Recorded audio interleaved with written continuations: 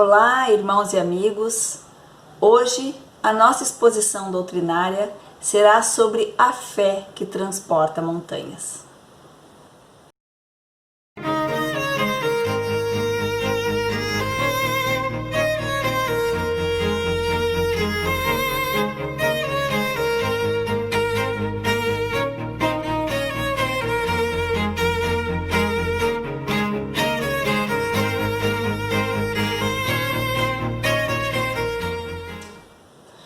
Vamos pedir a Deus que nos abençoe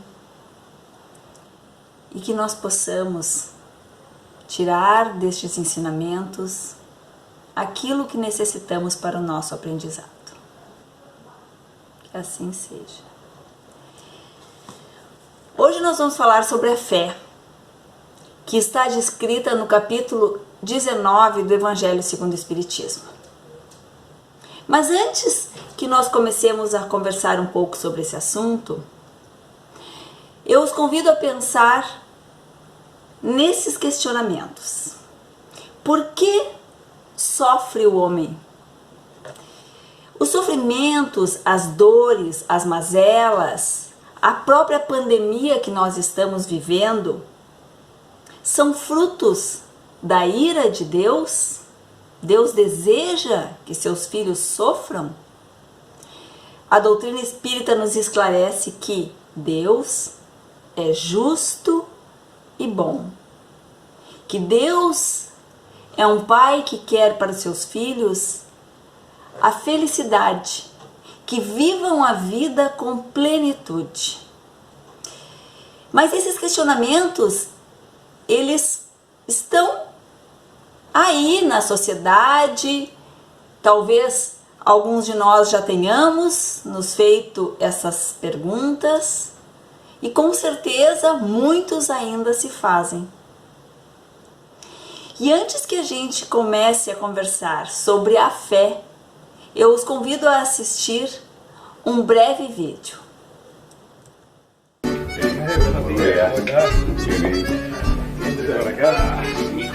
¿Cómo está? Bien, bien. ¿El cortecito de siempre? Sí, es de siempre. Muy bien. Uno así como el tuyo. Excelente. La familia, Todo trabajo. el mundo bien, gracias a Dios. Muy bien. Muy bien. Por aquí un poquito.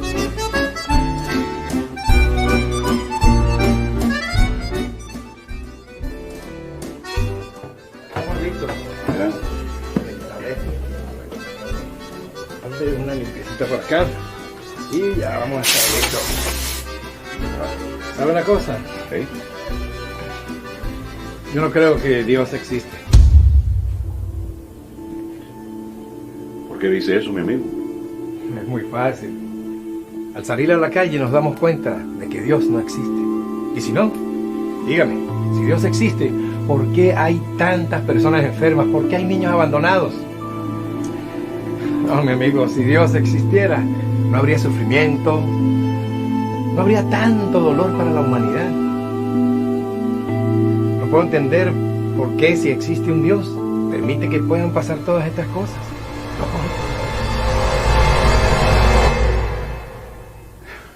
Bueno, Que tenga buena. hasta la próxima. Hasta luego, señor Luis. Lo propio.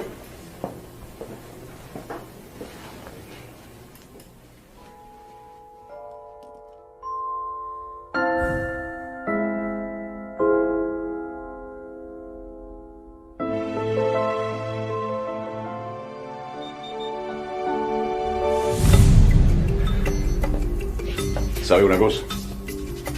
Los barberos no existen. ¿Cómo? ¿Y yo qué soy?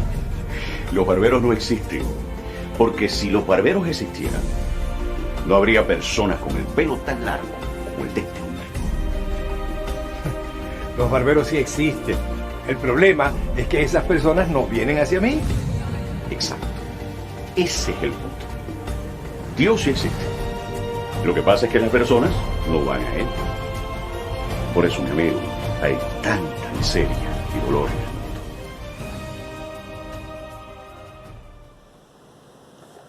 Agora que nós assistimos o vídeo, os questionamentos são um pouco diferentes. O que é necessário para que o homem acredite em Deus? O que é necessário para que ele tenha a fé e manifeste a fé? O que é a fé? Em Mateus, no capítulo 17, versículos de 14 a 20, nos fala o seguinte: quando ele veio ao encontro do povo, se aproximou-se dele um homem que se ajoelhou aos seus pés e lhe pediu: Senhor, cura o meu filho, ele é lunático, ele cai no sol, mas ele também cai na chuva. Eu já o apresentei aos teus discípulos, mas eles não o puderam curar. E Jesus diz para o povo que está lhe cercando: ó raça incrédula e depravada, até quando estarei convosco? Até quando vós sofrereis? Traze-me aqui o menino. E tendo ameaçado o demônio, esse demônio deixou o corpo do menino e ele se curou. Quando estava sozinho com os seus apóstolos, eles perguntaram a Jesus: Mestre, por que nós não conseguimos expulsar o demônio deste menino? E Jesus responde: pela vossa incredulidade.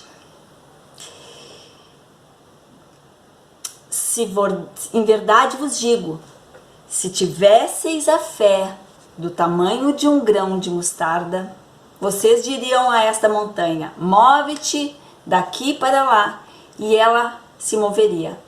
Nada vos seria impossível. Então, meus irmãos, o Evangelho ele nos esclarece que a fé ela é a mãe de todas as virtudes humanas, que para nós, homens imperfeitos, encarnados aqui neste planeta de regeneração, neste mundo de regeneração,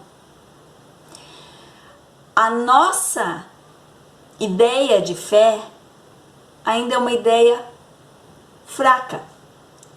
Porque para a maioria dos homens, ter fé é acreditar. Mas ter fé não é acreditar simplesmente. Porque acreditar pede envolvimento. Mas o envolvimento ele é finito. Assim como eu acredito em um momento, no momento seguinte eu posso deixar de acreditar. Vamos usar um exemplo prático. Hoje nós estamos em época de eleição. Eu posso acreditar num político que me faz promessas para conseguir o cargo almejado, difundir as ideias deste político ainda acreditando, mas no momento em que ele assume o cargo, ele muda, enfim, não consegue dar conta de todas as suas promessas ou de levar a fim aquilo que ele diria na época das eleições que conseguiria fazer. Eu simplesmente deixo de acreditar. Então acreditar é muito mais simples do que ter fé. A fé, ela significa sintonia, ela significa alegria. Ter fé é mais do que estar envolvido, é entregar-se, é comprometer-se, é estar à disposição. A fé vem do latim fide, significa adesão de forma incondicional a uma hipótese. E essa entrega, ela deve ser de coração puro. O Testamento, o Velho e o Novo Testamento estão cheios de vereditos e de testemunhos de fé. Por exemplo, Maria de Nazaré. Maria recebeu a visita do anjo Gabriel anunciando que ela daria à luz ao Messias, ela não questionou. Ela se entregou e se comprometeu e aceitou esta incumbência. Outro que também está lá descrito no Evangelho é Abraão. Quando Deus chegou para Abraão e disse: Abraão, reúna o teu povo e parte em busca da terra prometida, que eu vos mostrarei. Abraão não questionou, ele não perguntou para Deus: mas essa terra é no norte, é no sul? Mas para que lado eu devo ir? Como assim vou largar tudo, largar família, largar a minha vida? Não, Abraão simplesmente largou tudo e reuniu o povo como Deus lhe pediu e partiu, tendo a certeza lá dentro do seu coração puro de que Deus não o abandonaria e o levaria à terra prometida, que foi o que de fato ocorreu. Isso está descrito em Gênesis. Haroldo Dutra, numa palestra, uma vez disse que o agricultor e a agricultura são atos de pura fé. E ele tem razão, porque a fé, ela faz com que o homem acredite e busque atingir um objetivo. O agricultor, ele planta, mas ele não sabe se ele vai colher muito, se ele vai colher pouco, porque ele depende do tempo, ele depende de adubo, ele depende da fertilidade da terra, mas ainda assim ele continua plantando e ele tem a certeza de que ele vai colher. Então é um ato de fé. Mas para despertar essa fé, meus amigos, nós precisamos que a luz do Evangelho penetre o nosso coração. A fé tem um sentido muito mais amplo do que apenas crer. E ela não é apenas condição de crença religiosa. O capítulo 19 do Evangelho segundo o Espiritismo esclarece que o homem que tem confiança nas próprias forças, ele se torna capaz de executar qualquer coisa que ele não conseguiria se ele duvidasse de si mesmo. Então a fé, ela nos dá essa certeza de que nós conseguimos atingir um determinado objetivo. E quando eu me entrego à fé, eu me apoio, eu necessito me apoiar no meu atributo da inteligência, para que eu possa compreender as coisas, para que eu possa entender e para que eu possa finalmente me entregar. A fé que se baseia em verdades apenas, ela é a que define entre o que é certo e o que é errado. Ela garante que através da minha inteligência eu tenha essa possibilidade. A fé, quando ela é sincera, empolgante, ela contagia a todos. Ela faz com que os que me cercam comecem a olhar com outros olhos esta minha entrega, esta minha doação. Porém, quando a fé é vacilante, ela é substituída por força, pelo orgulho, pela vaidade. Quando eu não consigo atingir um objetivo porque eu não confio em mim, ou eu não confio que Deus vai me prover aquilo que é necessário para que eu chegue lá, eu tento tirar a força. Então, esta fé, quando ela é vacilante, quando ela não é plena, faz com que eu use o meu pior lado para conseguir e atingir aquilo que eu quero. E do ponto de vista religioso, a fé, ela consiste na crença de dogmas. A fé religiosa, ela pode ser cega ou raciocinada. A fé cega é aquela que aceita qualquer coisa, que aceita tanto as verdades quanto as mentiras. E a fé cega, ela é muito perigosa, porque quando ela está em excesso, ela gera o fanatismo. E nós vemos exemplos dessa fé cega ao redor do mundo, inclusive nas pessoas às vezes que nos cercam. Mas cedo ou tarde essa fé desmorona, ela não se sustenta, meus amigos, ela não se sustenta porque ela não está alicerçada na minha inteligência, no meu raciocínio. E só a fé que se baseia então em verdades, que raciocina de fato, é que consegue definir o que é verdade e o que é mentira e escolher entre as duas. Erasto nos dizia: mais vale rejeitar 10 verdades do que admitir uma única mentira.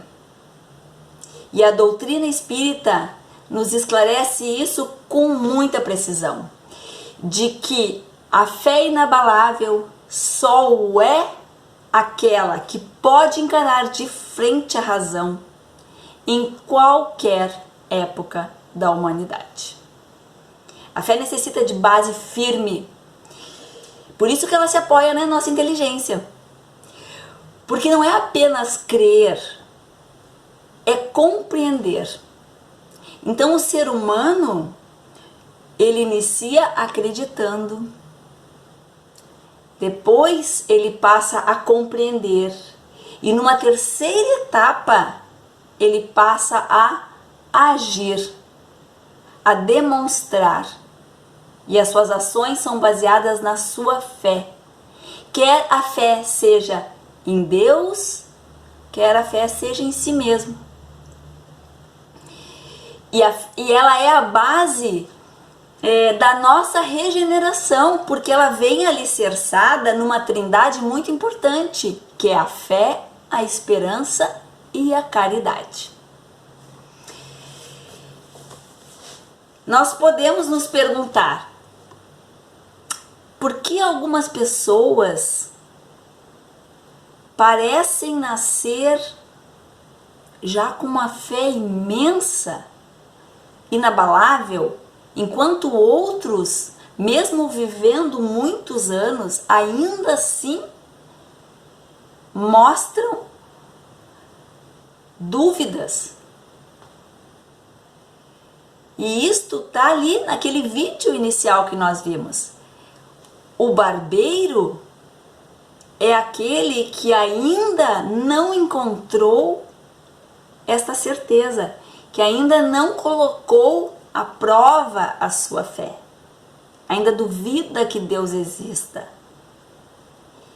E o cliente que está sendo atendido na barbearia, ele representa essa pessoa que nasce com fé e que fortalece a sua fé através de boas leituras, boas conversas, oração, evangelho no lar, enfim, as possibilidades são imensas. Mas por que essa pessoa nasce sem fé e outra nasce com fé? A doutrina espírita nos esclarece que a pessoa que já nasce com fé, ela nada mais é do que alguém que está demonstrando o seu progresso espiritual. Ela está demonstrando algo que ela adquiriu em outras existências e que hoje é uma virtude já estabelecida, bem alicerçada. Mas a fé, ela não é apenas algo religioso. A sociologia fala muito sobre fé. Um sociólogo alemão que desencarnou em 1918, Georg Simmel, ele dizia o seguinte, ele conceituava a fé da seguinte maneira, que a fé é um dos construtos sociais mais remotos e antigos e funcionais, que é responsável pela coesão da sociedade. O que ele está nos dizendo? Lá em 1918, quando ele desencarnou, né? Até então, ele está nos dizendo que é a fé que faz com que a sociedade se una, com que as nossas crenças, elas nos aproximem, elas nos auxiliem na nossa caminhada, e elas nos coloquem mais próximos de Deus. Elas fazem com que a gente tenha esperança e que a gente coloque a nossa caridade em todas as ações que nós fazemos. Mas a fé, como eu disse anteriormente, ela não é apenas religiosa. Ela é, sim, divina, mas ela também é humana. Ela também faz parte do ser humano. Todos nós nascemos com esse atributo, mas nós temos que trabalhar para que ele se fortaleça. Quando a fé é humana, ela nos impulsiona, ela faz com que a gente haja de forma segura, buscando um objetivo. Quando eu acredito em mim, quando eu acredito nas minhas capacidades, não existe ninguém que vai me dizer que eu não consigo. Que eu não consigo estudar, que eu não consigo passar num vestibular, que eu não consigo passar num concurso, que eu não consigo ser melhor, que eu não consigo me doar mais. Esta é a fé humana, a fé que o sociólogo Georg Simmel falou. Mas ela também é divina, e é esta fé divina que vem conosco, quando nós, a cada reencarnação, estamos aqui prontos para seguir, para ir adiante, para buscar a nossa evolução. E essa fé divina é a fé que cura, meus amigos. É a fé que Jesus demonstrou lá em Mateus, quando ele disse que expulsou o demônio daquele menino lunático. E que ele demonstrou tão bem nas suas palavras aos seus apóstolos, de que eles ainda não estão totalmente fortalecidos na sua fé. E essa fé divina nós vemos diariamente nas mães que benzem os seus filhos, que abraçam, que amam incondicionalmente. Nós vemos nos médiums, nos passistas. Nós vemos na nossa própria força do pensamento, porque essa fé divina, ela é magnética. É ela que faz com que nós consigamos manipular o fluido cósmico universal e, através disso, deste magnetismo, efetuar até curas.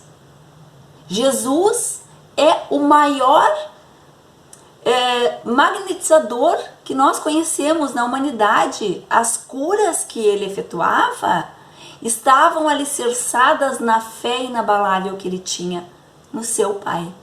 E ele dizia isso em todas as curas que ele efetuava. E ele inclusive dizia para as pessoas que ele curava: vá que a tua fé te curou. Ou seja, não apenas a fé dele, que era, sem sombra de dúvidas, a maior fé que já existiu, mas dizendo para as pessoas: você está bom agora porque acreditou, porque além de se envolver, compreendeu, se colocou à disposição dessa energia desta coisa que também está dentro de você. Então, meus irmãos, é muito importante que a gente tenha isso em mente, porque o Evangelho segundo o Espiritismo nos diz o seguinte: se todos os encarnados se achassem bem persuadidos da força que em si trazem e se quisessem pôr a vontade a serviço desta força, seriam capazes de realizar o que até hoje eles chamaram de prodígios e que, no entanto, não passa de um desenvolvimento das faculdades humanas. Um espírito protetor, Paris, 1863. E para encerrar, meus amigos, eu vou contar uma pequena história. O professor e o giz. Existia um professor universitário, ateu convicto, não acreditava em Deus, não aceitava que ninguém falasse em Deus ou que tentasse dissuadir das suas ideias a respeito da não existência de Deus. E ele tinha um hábito. Em todas as turmas que ele dava aula na faculdade, ao final, na última aula, em cima no púlpito, ele se dirigia à turma. Ele pegava uma barra de giz, olhava para a turma e falava: quem aqui acredita em Deus, levante-se agora. Inicialmente, quando ele começou a ter essa atitude nas aulas, muitos alunos levantavam, quase que 100% da turma levantava. E aí ele dizia: tolos, vocês todos são tolos, porque se Deus de fato existisse, ele impediria que esta barra de giz, ao cair no chão, se partisse. E largava a barra de giz que se partia, tocava o chão, partia. Giz é um material frágil. Muitos alunos ficavam constrangidos, se sentavam e ele encerrava a aula. E com isso ele conseguia arrastar com ele aqueles mais vacilantes, que tinham uma fé mais vacilante e que não acreditavam realmente que Deus existisse ou estavam em dúvida. E isso ele ia fazendo ano após ano, e cada vez menos alunos levantavam. Essa história ia passando de turma para turma, até que mais ninguém levantava. E ele saía vitorioso da aula, que ele tinha provado, não só para ele, mas para todos aqueles que estavam assistindo a sua aula no último dia, que Deus realmente não existia. Até que um aluno, sabendo dessa história e sabendo que teria aula com esse professor, ele resolve se preparar para este momento. E durante 3 meses, ele todas as noites, no momento de deitar, ele rezava e ele fazia uma oração pedindo a Deus que lhe desse coragem para levantar. Ele não pedia que o giz não se partisse, ele não pedia que o professor deixasse de ser ateu, ele pedia coragem, ele pedia a Deus, me dá coragem para que eu possa levantar, ficar em pé e dar o meu testemunho da minha fé em ti. Há 3 meses ele fez isso, até que chegou o dia em que realmente o professor estava lá no púlpito, levantou no último momento da aula, pegou a barra de giz e perguntou para a turma: quem aqui acredita em Deus, levante-se agora. Ele levantou, esse aluno levantou, e o professor olhou para ele com uma cara assustadora e disse: seu tolo, Se Deus realmente existisse, impediria que este giz, ao tocar o chão, se partisse e larga o giz. Mas o giz bate na sua blusa, escorrega lentamente pela perna da calça, amortece no seu sapato e toca o chão, sem se partir. O professor ficou enfurecido, atônito, não tinha palavras, juntou seu material e saiu da turma sem dizer nada. Este aluno, então, vai até o púlpito e fala para os seus colegas o que tinha acontecido, da sua fé, dos 3 meses em que ele pediu coragem para se levantar. Então, meus irmãos, vamos encerrar com 2 perguntas.